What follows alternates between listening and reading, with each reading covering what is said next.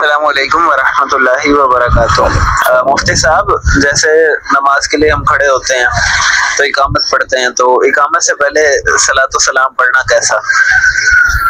جی وعلیکم السلام ورحمۃ اللہ وبرکاتہ۔ آپ کا سوال ہے کہ جب ہم نماز پڑھنے کے لیے کھڑے ہوتے ہیں تو اقامت کہی جاتی ہے، تو اقامت سے پہلے صلاۃ و سلام پڑھنا کیسا؟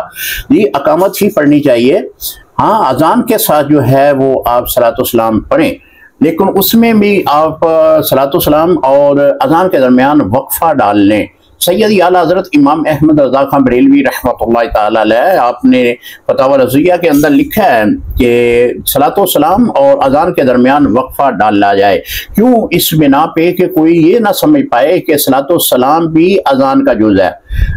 ایک اچھا عمل ہے، آپ صلاۃ و سلام پڑھیں، 5 منٹ کے بعد آپ اذان دے دیں۔ یہ ایسا ہی طریقہ کار ہونا چاہیے، ہمارے علماء کرام نے ایسا ہی لکھا ہے۔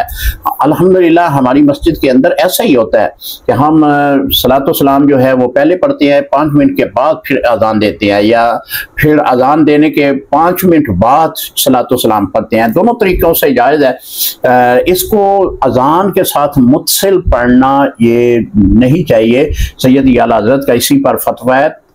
باقی جو اقامت کے ساتھ ہے وہ تو میں نے عرض کیا کہ اقامت اکیلے میں ہی ادا کرنی چاہیے، صلاۃ و سلام اس کے ساتھ نہ پڑھا جائے، اس بنا پہ کہ کوئی یہ نہ سمجھ لے کہ صلاۃ و سلام بھی اقامت کا جز ہے۔ السلام علیکم ورحمۃ اللہ وبرکاتہ۔